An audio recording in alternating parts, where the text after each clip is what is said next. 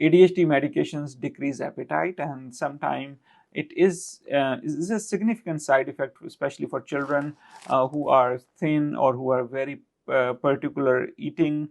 And so what we do for that type of situation, so either we start a lower dose of the medicine, we start with the short acting medication. So short acting mean that stays for a few hours, which means the child may have to take a second dose of the medicine in the afternoon, so that they may get hungry by lunchtime, and then they take what we call the second dose of the medicine. Sometimes they may need in the afternoon or evening as well. So these are the ways that we can help mitigate the appetite side effect.